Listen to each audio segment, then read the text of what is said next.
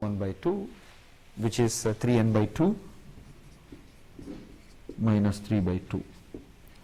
This is when n is odd. When n is odd, I can put this in a particular way just to resemble the other one, right. I can add half and subtract half. When I add half and subtract half, I get upper integral part of 3n by minus half. When I take upper integral part, what happens? This is odd, 3 is odd. So when you multiply these two, you get odd. So when you take upper integral part, an odd by 2 will be something like x 0.5. When you take upper integral part, it becomes x plus 1. So you have to get the exact value, you should subtract minus half. You have minus 3 by 2 already. Therefore, this can be written as upper integral part of 3n by 2 minus 2. Well, when n is even, it is 3n by 2 minus 2. When n is odd, it is this expression, and this expression holds good even when n is even. Therefore, I can simply write the complexity as upper integral part of 3n by 2 minus 2 when you do the divide and conquer all the way up to maximum number of 2's. So this signifies 15% saving. Why do I say it is 15% saving? The naive method takes 2n and the reduction here is 1 by 3. What is the ratio of 1 by 3 to 2n? It is roughly 1/6. That's why I said approximately 15%. And from 2n to 3n by 2 minus 2, the reduction is 1 by 2. 1 by 2n, half n. What is 1 by 2n to 2n? It is 1/4. So here you see 25% savings.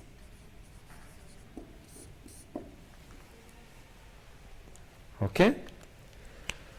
So mindless divide and conquer is not giving you efficiency. Slightly careful divide and conquer gives you some efficiency, and little more closer look into that gives you further improvement. Okay. So there are two important things that we should see in divide and conquer. One is avoid fragmenting too much. 2, split carefully.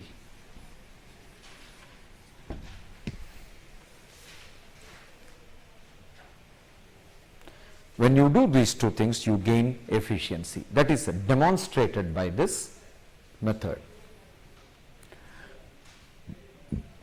This is one case study that takes you through all the experience.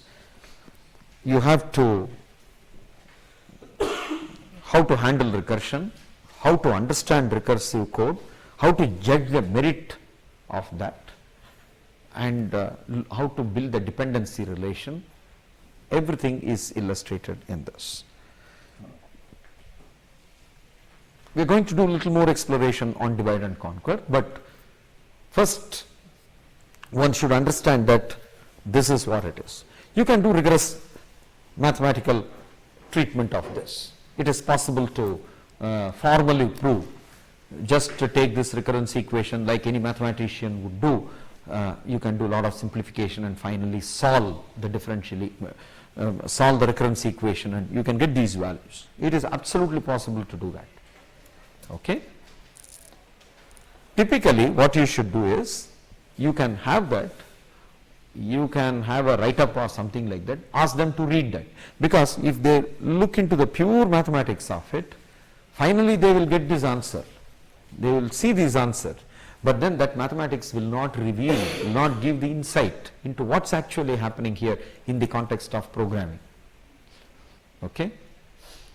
So simply solving the equation mathematically, instead of that, if you could explain all these things and then relate that to the solution and summarize the effect and bring these two features into their attention, that will get you more effect. we are going to apply this wisdom wherever we are going to use recursion.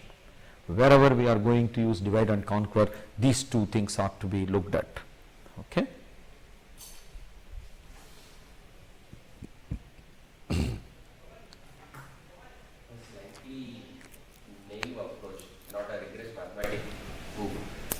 Same the min-max problem. Yeah. If you're able to take that in groups of in pairs. Yes. We have n elements and take it in pairs. Yes. Find the min-max of each pair, which Right. mean assume you break it its exact even number. Right. N by 2 such pairs. So you do n by 2 comparisons to find the local min and local max. Yes. And now you have set of n by 2 local mins and set of n by 2 local max. Yes. And that will require n by 2 minus 1 comparisons each. Exactly. And that adds up to 3n by 2 minus 2. Though it's not a rigorous mathematics proof. No, it is rigorous. I will make it rigorous. Okay? I will make it pakka rigorous, and then I will make it excellent, and then write a beautiful code based on this idea which you have said. How to make it? How we have done it in the other case. In fact, I was about to come to that. So good that you raised it. So now I can tell you what. What is that we have done for the case of factorial function? For factorial function, we have done this. We have looked at the recursion chain. This n triggers n minus 1, n minus 1 triggered n minus 2, and finally at 1 you returned it, and so on. So, in your iterative code, what you did was, started from 1, multiply it by 2, multiply it by 3, and so on, and you have built it. That's what you have done. Okay? Same thing, what you have to do here, if you want to remove recursion, bottom up. Okay? Recursion is top down, and the iterative one, equivalent incremental design, is bottom up. So now you have to go bottom up. If you want to go bottom up, at the leaf level, what are the things that you see here? 2 and 2 and 2 over here. And what do you see here? 2 and 2 all over here except 1. That is the only distincting case between odd and even. Okay? So if n is odd or n is even, this is what you have to do. So combine them and then keep finding the minimums and maximums, and you can return that value. Okay? So to see that solution, which Shiva has said, this is what you do.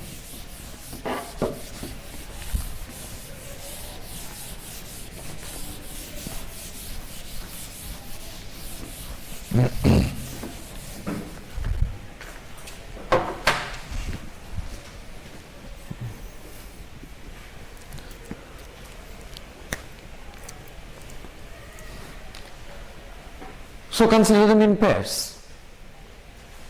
How do you consider them in pairs? For I equal to 1 to lower integral part of n by 2.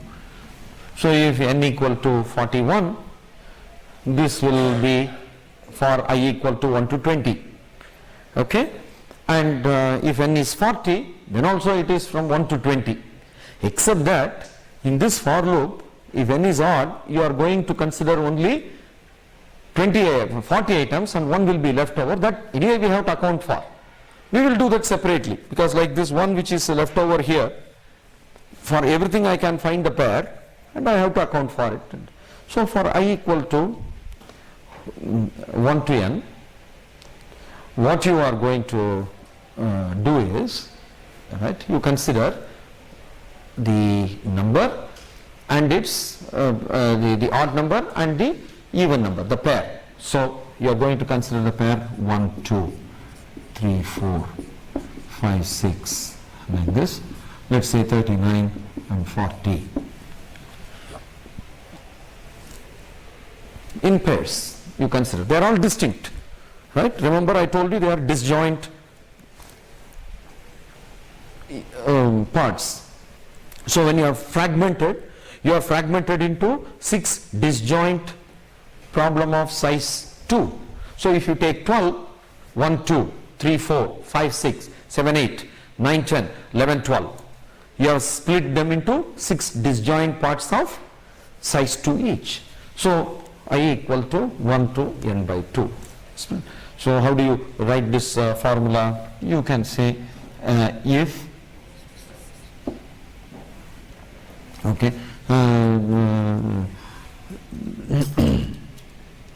now what you can do is you can have max equal to infinity, min equal to minus infinity, and what you do is the following. If, well, I can do the, I can explain even code jamming here. When you have two items, you make only one comparison and you are getting the minimum and you are getting the maximum, right? So let me develop it in that way and then do the jamming of the code to improve the efficiency. For I equal to 1 to n by 2, so let me not have min and max now. This I will obtain by code jamming, loop jamming. Now I will directly take you through this. For I equal to 1 to n, if a 2i minus 1 less than a 2i, right? So something like 1, 2. Then I would consider 3, 4. Then I would consider 5, 6. So on behalf of each of this, I am going to make only one comparison, right? If this is the case, then min I equal to a 2i minus 1 and max I equal to a 2i, else min I equal to a 2i and max I equal to a 2i. So what is that I have done? I have found out minimums of all this and maximums of all this.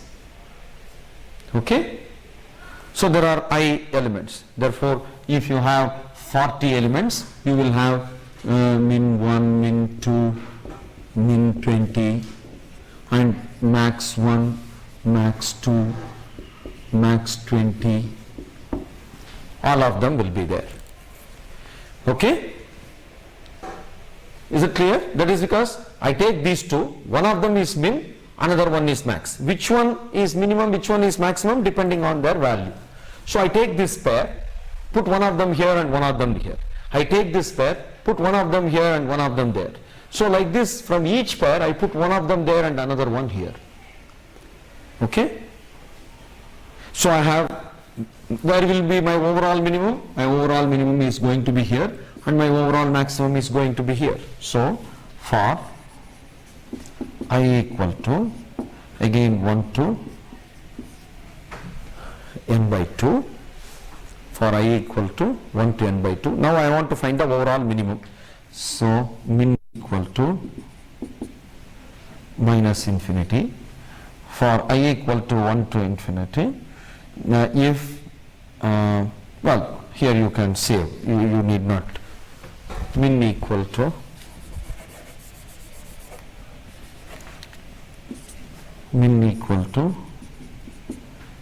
min 1. For I equal to 2 to infinity, you min 1. For I equal to 2 to infinity, if min is less, if min is greater than I, then min equal to min I. So I am updating. So I look into this array and in that array I am finding the overall minimum. Similarly, this is the overall minimum and then there is a overall maximum. So how do you find the overall maximum? The overall maximum is to be found out like this, max equal to max 1 for I equal to 2 to lower integral part of n by 2.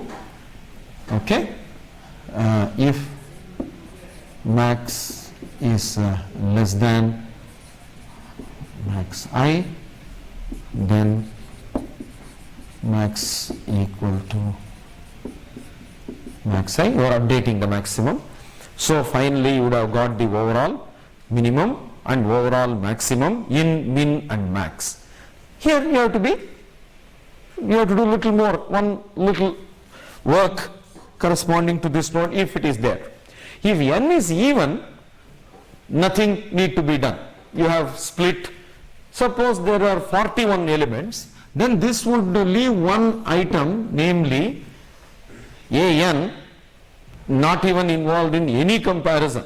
Everything has been put to work. There is one item which is totally left, not even considered, right? So maybe that is the minimum or maybe that is the maximum. We do not know. So we have to check that out, right? You can't leave it off, one item without even considering in an array. So if n is odd,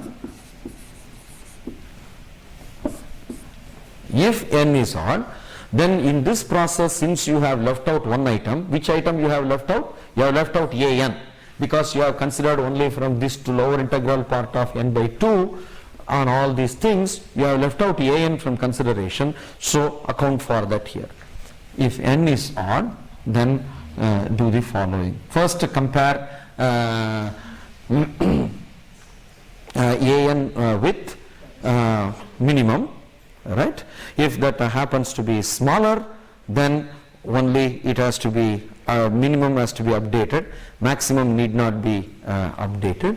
Otherwise you have to compare with maximum, and then if it is larger than the maximum, then minimum is need not be updated, maximum is to be updated. But if it happens to be in between, then neither the minimum gets updated nor the maximum gets updated. However, you have to ensure that. So you go through that. If n is odd, so you start systematically. Okay. If n is odd, then you do one. If an is less than min, then what you do is, if an is less than min, then min equal to an.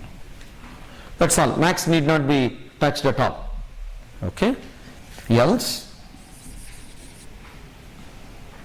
if an is greater than max, then max equal to an. In this case, min need not be looked at. If this is not the case, your an is in between min and max, therefore an is not going to change neither the minimum nor the maximum. You have left out one item, but that one item is of no consequence. So this completes everything. Now here you can return min and max. This is a perfectly simple, direct, iterative program, no function, recursive calls, everything, but this we derived after looking at the recursive formulation, splitting strategy, and then when we looked at bottom up, we have got this. So take two items each and then take each one of them, put their solutions together. So we have stored each of the solution in one. So we have created array which is holding all the minimums of this and min max of this, and so on. Alright. So how many comparisons are done in this case? It is clear. Here you have n by 2, here you have n by 2 minus 1, here you may have n by 2 minus 1, right? If it is odd, maybe you will do 2 over here, okay?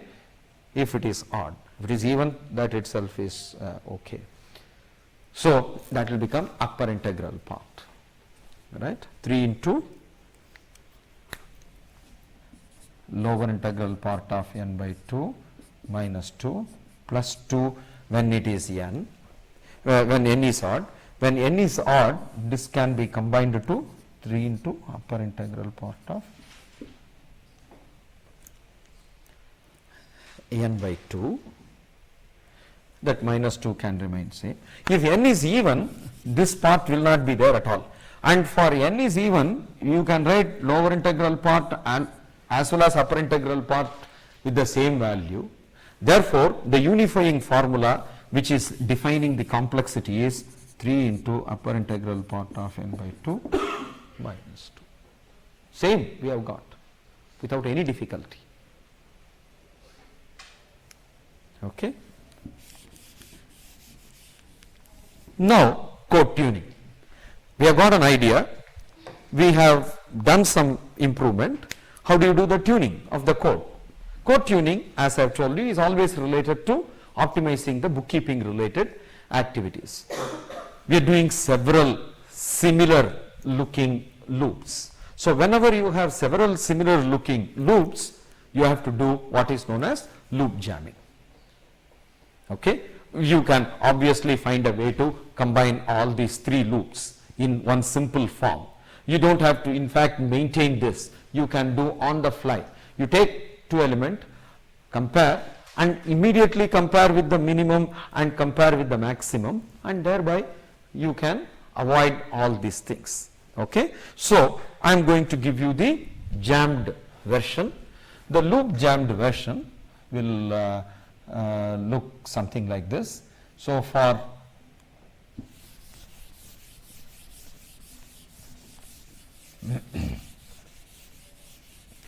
the first pair, I will perform one comparison.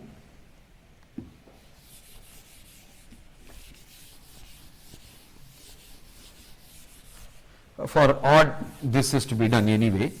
Because I am considering pairwise, I am going to omit 1 for the first pair. So, if A1 is less than A2, then min equal to A1, max equal to A2, else min equal to A2, max equal to A1. I have already considered one pair, right. So, I have to consider from pair 2 onwards. So, now for I equal to 2 to n, okay, if ai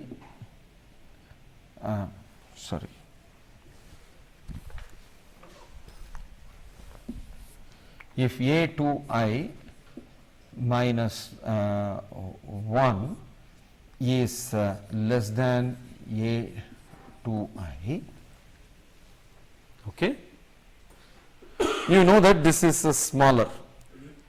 Okay. So, what you do is compare the smaller with the minimum and update the minimum, and you are going to compare the larger one with the maximum and update the maximum if necessary.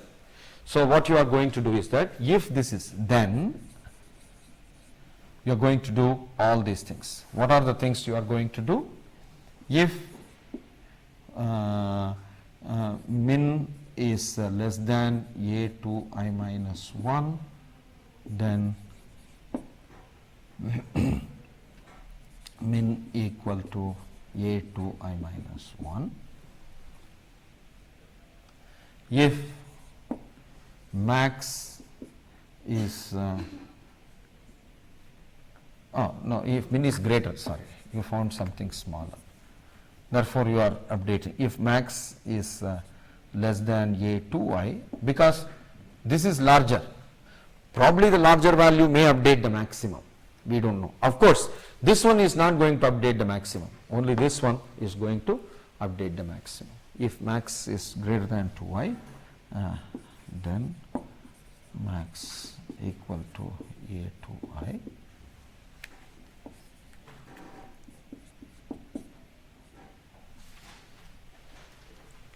Okay. Else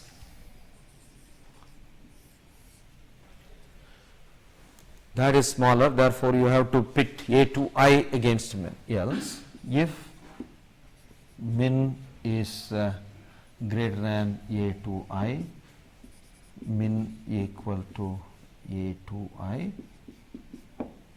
if max is less than a to I minus 1, then max equal to a to I minus 1. So, you are going to compare the smaller one with minimum and update if possible, and larger one with the maximum and update it if possible. Between these two, which is smaller and which is larger, that is determined by this comparison. So, one comparison to identify which is smaller and which is larger, then the smaller one may update the minimum. If A is smaller, then that may update the minimum. If A to I is smaller, that will update the minimum here. And if A to I is larger, that may update the maximum here. Otherwise, A to I minus 1 may update the maximum here. That's all. So, now there is only one loop which is varying, and this is complete. And now I have completely avoided the min array, max array, 3 different loops, space is saved, time in terms of loop index maintenance is saved. Okay. So, I am holding only one location called min and max, and that I update with every pair. So, with this I start off, that is what here, and min and max will be updated after working with this pair. Min and max will be updated after working with this pair. So, in this way, after working with each pair, you update the min and max. Finally, you update this and you account for everything. If there is one more item left, you have to do it, but I have erased. But so, if n is odd,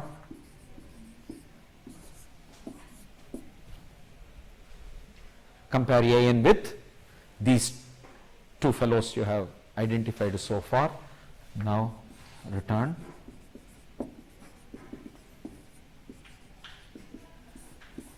This completes the task. Okay. Code tuning is done. Now there is no wasteful comparison. Precisely whatever the algorithmic idea is executed here, the only bookkeeping overhead is this. No other thing. So, you can see the way in which I have arrived at this code, right? It is an evolutionary process, starting from something and applying some other idea, refining that idea, taking a closer look at that idea, and then, since I know the relation between iteration and recursion, viewing top down, viewing bottom up, getting their equivalence, and after that looking still closer to each of the details, and then finally I have arrived at this. This is extremely simple, easy to understand, easy to implement, very fast.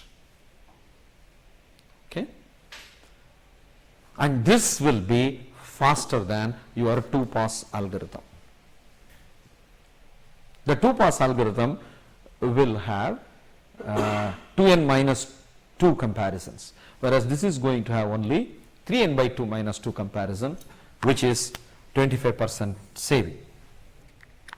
And the 2-pass algorithm will have a loop running through size n. Here there is a loop running through size n by 2. But in each loop you are doing a lot of work in each iteration. Okay. But there also you have only one loop, here also only one loop.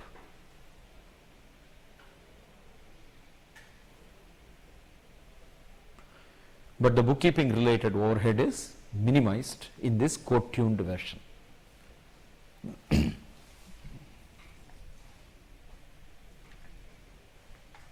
Okay. So much to learn from a case study. You should always pull a case study in which lot of learning across different aspect of algorithm design is exposed. Okay, they do not have much time to learn one concept through one example.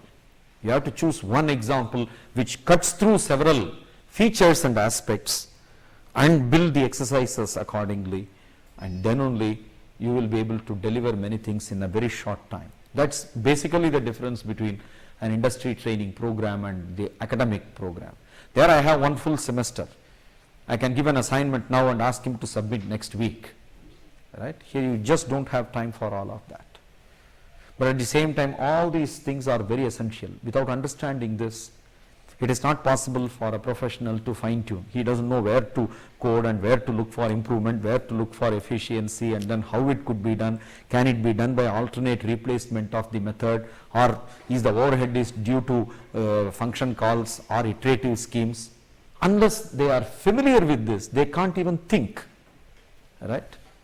Before this discussion, if only simply if I give you a problem that find the maximum and minimum, it will be impossible for you to arrive at this code in a systematic way. Right? But this is what they have to do day in and day out in every day's professional life. So you have to impart this skill and knowledge in them and then get them provoked along these lines of thinking. Okay? So it's 10:30 now. We take a short break and we will assemble here for the post tea break. Start? Okay. Okay. So we are going to explore a little more into divide and conquer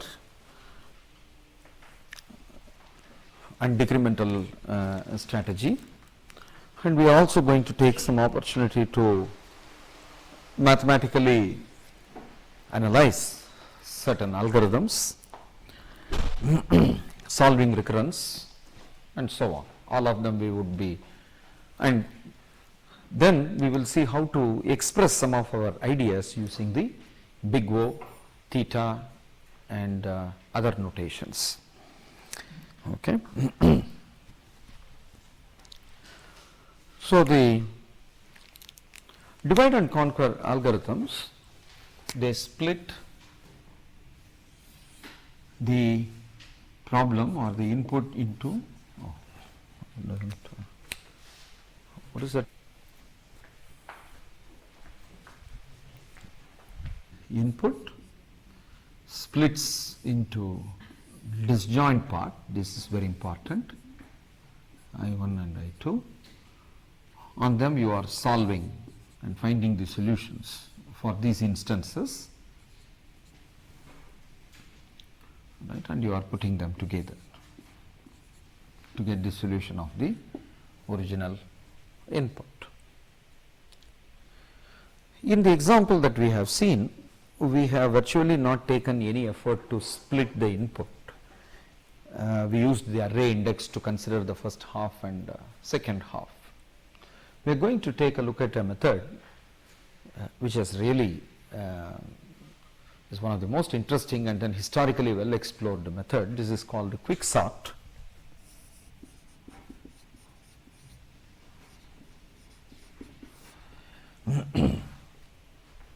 And we have lot more things to learn from quicksort.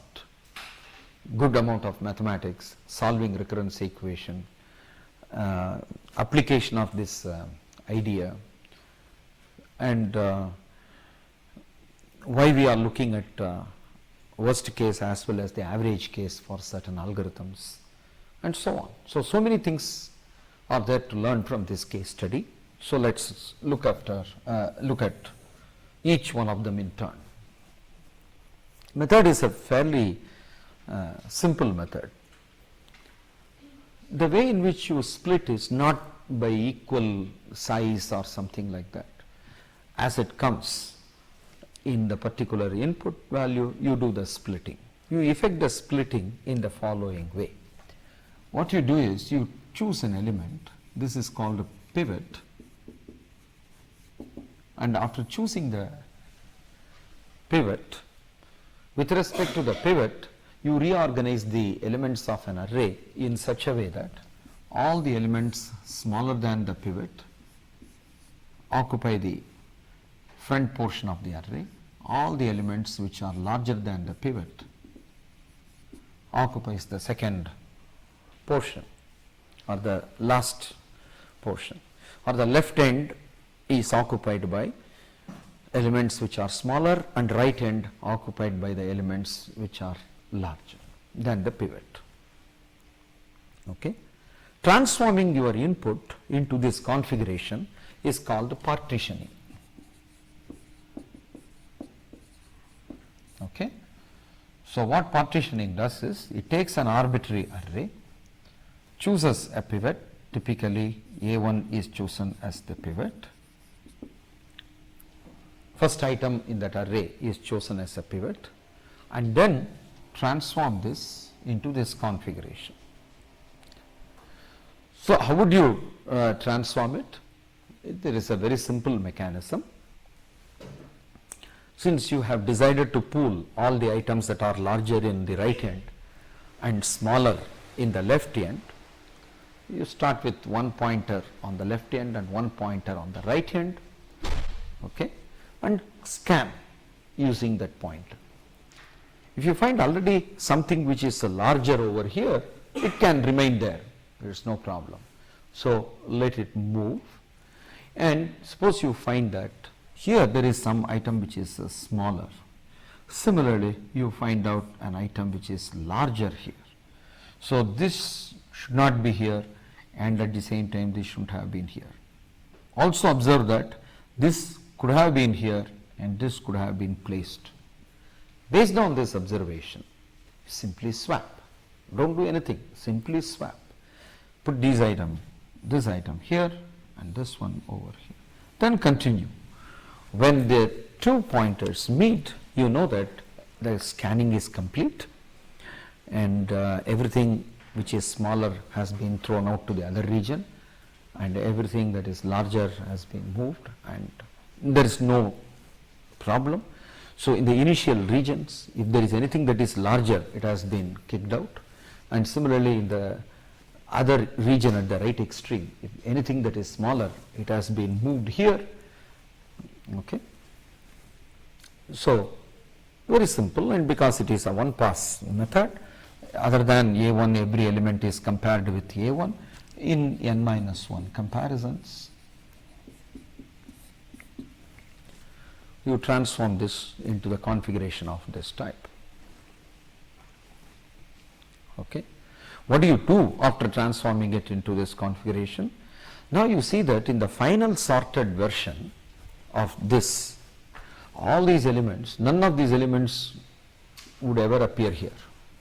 That is because all of them are smaller, so they get rearranged among themselves within this region, and these elements get themselves rearranged in this region, and in fact pivot has found its final place right away.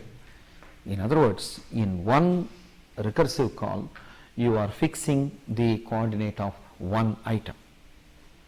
Right? When you make a recursive call, at the end of that, you move some of them to the left, some of them to the right, but the item for which you have chosen as the pivot, it has found its final position in the sorted array. So, whatever is the sorted sequence, if you look at it, the pivot would have found out only in this place. Okay. So, you can recursively sort. You can apply the same logic here. Choosing this as the pivot, you can split. Similarly, in order to sort, choose the first item as the pivot and you can sort, and then you can keep doing this recursively again and again. So, you are able to split into independent problems, disjoint problems, work on each one of them recursively, right, and now combining the solution. Here, combining the solution is a trivial task. You don't do anything. Once you have solved this one, and if you have solved this, you have solved the full problem as such, because all the elements that are less than this is sorted, all the elements larger than this is sorted. You have placed already the pivot in between these two, hence you are getting a sorted sequence and when you finish this one. Therefore, in the quicksort program, you will not see anything here. In our finding the minimum and maximum, you didn't do anything for dividing. Here, you are not going to do anything for combining, right? But you are doing a lot of work for dividing. You are in fact performing n-1 comparisons for dividing, conquering, but no need to put them together. No additional work is needed to put the solutions together. The way in which they are solved is automatically solving the original problem, hence the scenario. Okay? So, when this was proposed, the solution was not analyzed exactly. They saw that it is working better in several situations, but there was no explanation available. The creator himself has named it as quicksort, because in general it is better than the bubble sort and insertion sort and so on, but they were unable to defend why it is the case. The main reason is the worst case for this is again same as the other ones. For instance, if the pivot is the smallest item, what will happen? You would perform n-1 comparison and the configuration will be something like this. Pivot is there in the same place and everybody else is also there in the same place. There is nothing to compare. You compare, but then there is nothing to change. Similarly, the pivot is the maximum item. Again, what will happen is this region becomes empty and all other elements fall into this region. Okay, so this is not splitting. It has the pivot and everything else is pulled in the other one. In other words, after n-1 comparison, you may work in the next stage on a set whose cardinality is n-1. Okay? Again, after that n-2. So, the total number of comparison could be n-1 plus n-2 plus n-3 up to 1, which is n into n-1 by 2. So, quicksort in the worst case is very much like the algorithm that we have seen before. Then why it is named as quicksort? So, this is where the insight that we would like to recall from what I discussed yesterday.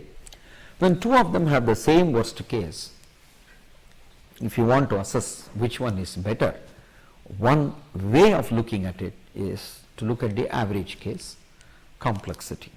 If the average case complexity shows some marked difference, then you can see that offers an explanation on why in practice this is better than the other one.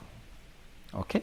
So, it is an academic exercise to go through which is better, given that both of them have the same worst case, by considering the average case.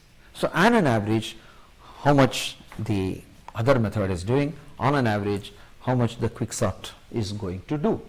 So, I am going to now spend another 10 minutes on going through the mathematics behind it, because there is no obvious way of assessing or even comparing them, and no amount of experimenting has given any insight as to our explanation. Incidentally, it took 15 years for the researchers to come up with this defense. Although I am going to explain it in 5 to 10 minutes, the defense has evolved over a long period. People had no clue on how or why it is better, right? So, it took long time, really long time, and after enormous struggle, people could resolve certain things, and now we have a much better understanding of it. So, we are going to go through the process. Okay. Every recursive program, if you want to analyze it, you have to set up the corresponding recurrence equation. So, we need to find out the complexity of this. So, if you want to find out what is the Worst case we have seen, we have to find out the average case. If you want to find the average case, notice that expected value of a uniform random variable is discrete finite random variable is the average we are talking about.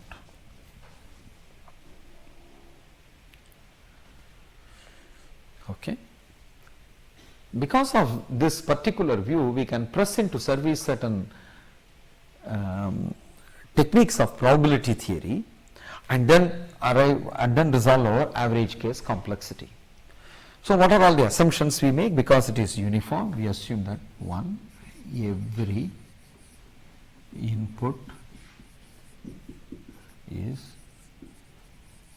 equally likely to occur.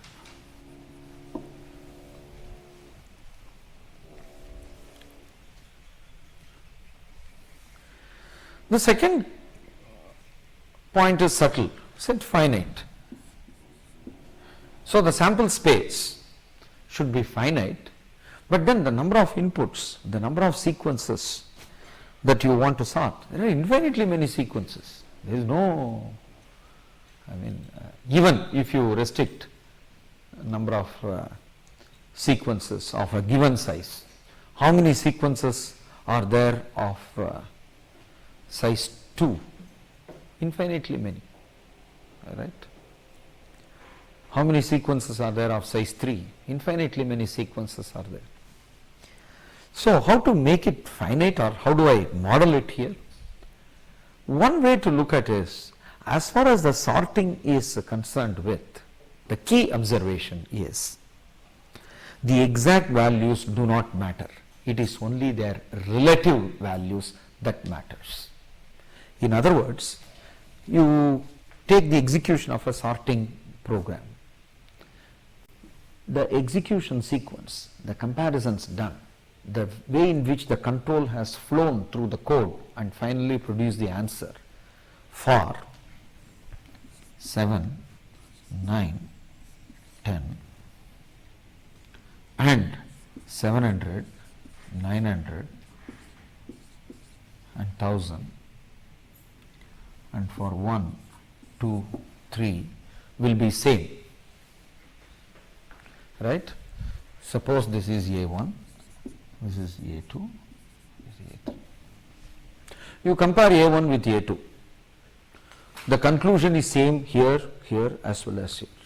Compare A2 with A3. The conclusion is going to be same here or here. So it's not the actual values. It is only the relative values. Because any sorting program, if you look into the logic of it, if A1 is less than A2, do this, else you do that. If that is the case, you do this, else you do this. And that's how it is. So the typical numerical value which is over there is of no consequence for us.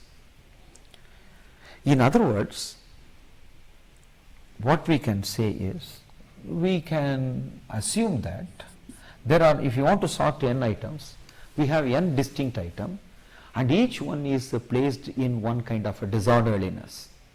Okay? So we observe that there are only factorial n kinds of sequences of length here. All of them are similar sequence of length 3. As far as the sorting algorithm is concerned with, whether you work with this input or this input or this input doesn't matter. Okay? It will compare and the conclusion will be identical, and hence the flow of logic will be same. Therefore, the complexity of the algorithm is not depending on the values, but only on their relative values. That is the reason why there are only factorial n kinds. So, why factorial n? You have n distinct items 1, 2, 3 up to n. Any disorderliness can be represented as a permutation. You just permute it. Okay. So, when you take a permutation of, let us say 1, 2, 3, 4, it is 4, 1, 3, 2. So, this is representing one kind of disorderliness. Another kind of disorderliness is 1, 3, 2, 4. This is also out of sort. So, this is the only sorted sequence. Everything else is a kind of disorderly one. Okay. So, what is important to be observed is that there are only factorial n kinds of sequence of length n. There may be infinitely many sequences of length n, but they can be all categorized into one of the disorderliness represented by one permutation. Okay. Each permutation tells you how, I mean each permutation tells you in the relative order term where they are located. Finally, you have to straighten it up and then bring this. You are going to output the sequence 1, 2, 3. Therefore, if you study the behavior of the algorithm on 1, 3, 2, 4, and then if you look at the way in which it is finally generating 1, 2, 3, 4 for this sequence, and the same steps, same logic will work for the following sequence also: 7, 10, 8, 23.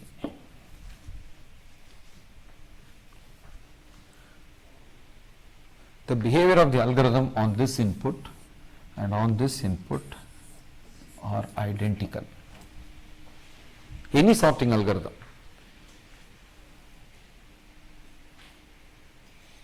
They will be identical.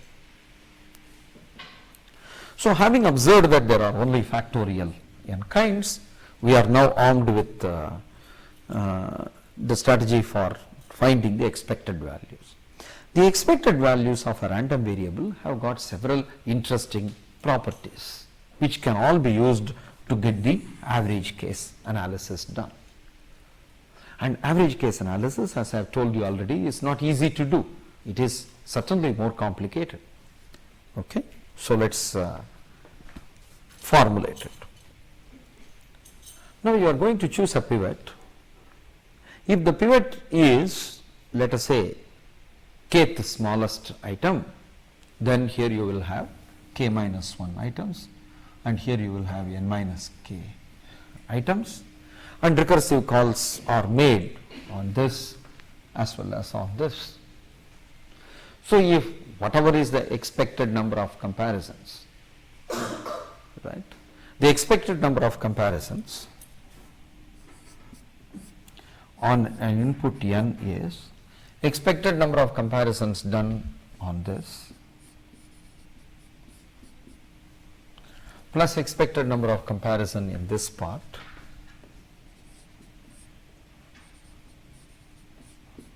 plus anyway the number of comparison to arrive at this configuration, which is n minus 1.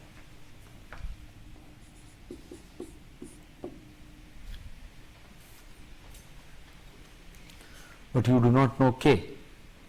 K could be 1, k could be 2, k could be 7, k could be anything, because you are choosing the first item as the pivot. The first item's rank could be anything from 1 to n. It could be minimum, it could be maximum, right? You cannot say anything about it. If it is minimum, for example, if k equal to 1, right, why here you get 0? If it is minimum, if pivot is minimum, you will not have this part at all. There is nothing smaller than the minimum available. Similarly, if it is maximum, when k equal to n minus n, this is 0. Why this is 0? N minus k, there won't be anything larger than the maximum available. So that part will not exist at all. Okay. So E of n equal to E of, it could be k equal to minimum, k equal to maximum, k could be any rank, but that is equally likely. We have assumed that these are equal, every input is equally likely to occur. Therefore, E of n equal to E of k minus 1 for k equal to 1 it is possible, or k equal to 2, or k equal to 3, or k equal to n, anything is possible.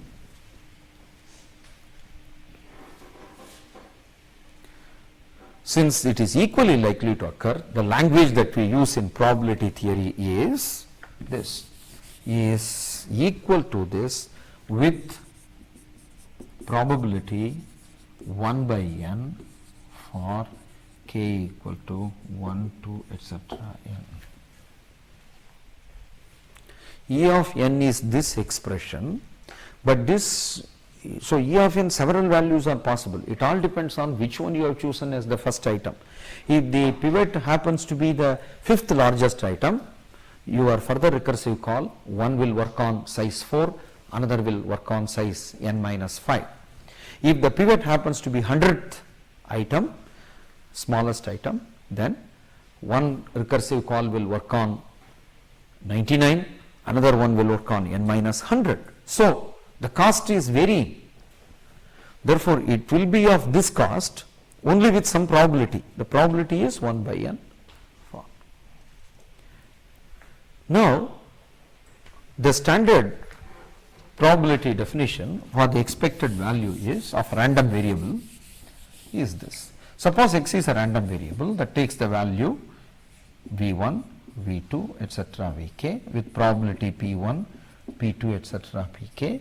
Expected value of x is sigma vi pi, the value multiplied by the probability. The second property is expectation of x equal to expectation of x.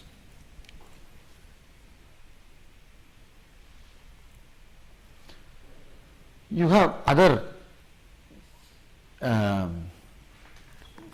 you have probability of A equal to probability of A given B or probability of A given B dash.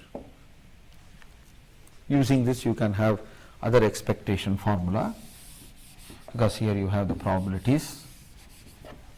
Anyway, expectation of expectation.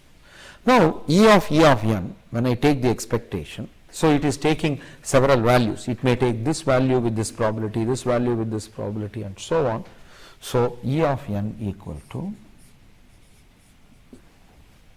sigma k equal to 1 to n of E of k minus 1 plus E of n minus k plus n minus 1. It takes this value with probability 1 by n. So, this value and the probability, I add all of them, and that gives me E of n, right. This is because E of n equal to E of n, which is given by this value. So, I have a formula for expected value, and unless I solve this recurrence equation, it is not possible for me to identify what is the expected cost. In other words, I need a closed form formula for this. Okay. If you want to find a closed form formula for this, you should know how to solve these kind of recurrence equation. These are all called recurrence equation with full history. Okay. For any recurrence equation with full history, the first thing that you have to do is remove the history. If it is depending on only the previous value, you know how to do. Suppose I have t of n equal to t of n minus 1 plus something, let us say alpha. You know how to solve this recurrence equation. How will you solve it? T of n equal to T of n minus T of n minus 1 equal to alpha. Therefore, T of n minus 1 minus T of n minus 2 equal to alpha. So, when k varies from 1 to n, this varies from 0, 1, 2, 3, 4 up to n minus 1. This also varies from. So, that is called a recurrence equation with full history. It is depending on all the previous values. So, you have to remove the history. So, how do you do that? You do that using a standard technique as follows.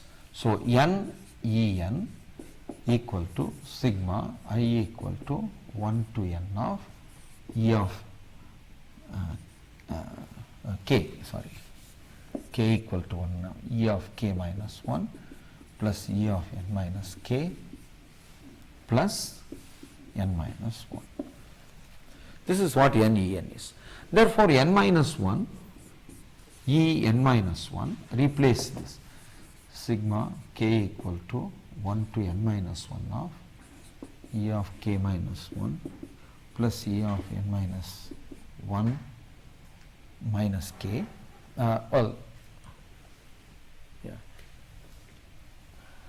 There is another simple way of representing it. We go to that, and this is equal to, when k goes from 1 to n, this is 0 to n minus 1, and this is 0 to n minus 1 again. Therefore, this